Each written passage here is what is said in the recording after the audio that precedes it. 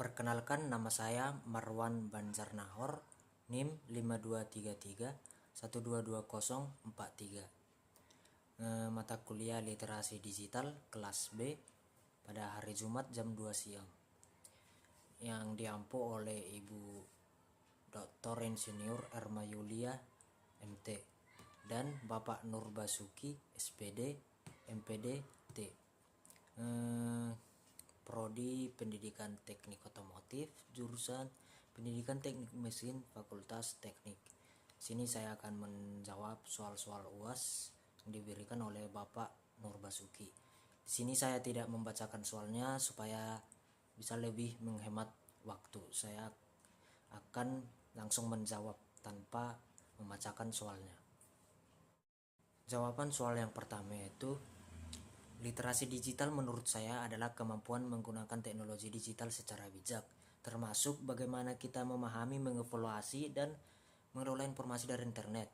Literasi digital bukan soal bagaimana memakai smartphone atau aplikasi, tetapi lebih ke bagaimana kita berpikir kritis terhadap informasi yang kita terima.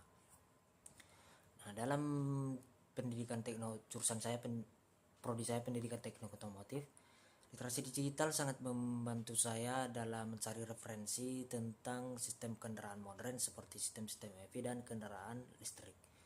Nah, contohnya itu saat saya ingin mengetahui sistem-sistem EV, bagaimana cara kerjanya, komponen-komponennya apa saja, saya bisa melihat jurnal atau situs-situs resmi, website resmi pabrikan Honda atau Yamaha, dan supaya lebih memahami saya bisa melihat video tayangannya di YouTube.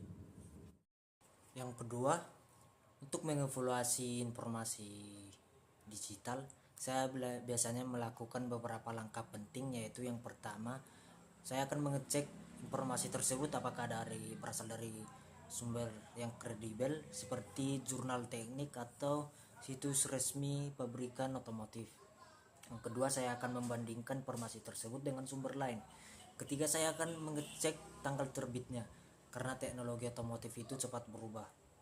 Nah, contoh informasi menyesatkan yang pernah saya dapat yaitu saya pernah membaca-baca forum bahwa perawatan pada kendaraan injeksi itu seperti ganti busi dan membersihkan trotoar bodi dan lain-lain itu tidak perlu dilakukan. Nah, setelah saya membandingkannya dengan saya mengecek di jurnal dan situs resmi pabrikan otomotif, dan saya juga bertanya kepada dosen bahwa hal itu adalah salah. Nah, jika kita mempercayainya begitu saja, itu akan bisa membuat performa mesin turun dan boros bahan bakar. Yang ketiga, media sosial itu sudah menjadi bagian hidup dari mahasiswa, termasuk saya sendiri. Media sosial itu memiliki dampak positif, yaitu yang pertama, kita dapat mengakses informasi dengan mudah dan kita dapat berbagi ilmu, serta kita dapat menjalin koneksi dengan komunitas otomotif. Nah, saya juga sering mengikuti akun-akun teknisi profesional dan akun-akun bengkel yang membagikan hal-hal seputar otomotif untuk menambah wawasan saya. Nah, dampak negatif dari media sosial yaitu kita dapat kecanduan serta dapat membuang-buang waktu karena terlalu lama men-scroll konten yang kurang relevan, yang berujung kita bisa mendapat informasi palsu atau hoax. Nah, saya menggunakan media sosial itu secara produktif dan etis. Contohnya, saya hanya mengikuti akun-akun yang edukatif yang membagikan hal-hal seputar otomotif, dan saya juga membatasi penggunaan media sosial. Nah, saya juga terkadang sering membagikan konten-konten tentang tips perawatan kendaraan, dan di sini saya juga menjaga etika dan saya juga menghargai pendapat orang lain. Yang keempat, etika digital adalah tata cara kita berperilaku secara sopan, bertanggung jawab, dan aman dalam ruang digital. Ada 3 prinsip etika digital yang penting menurut saya. Yang pertama yaitu kesopanan digital.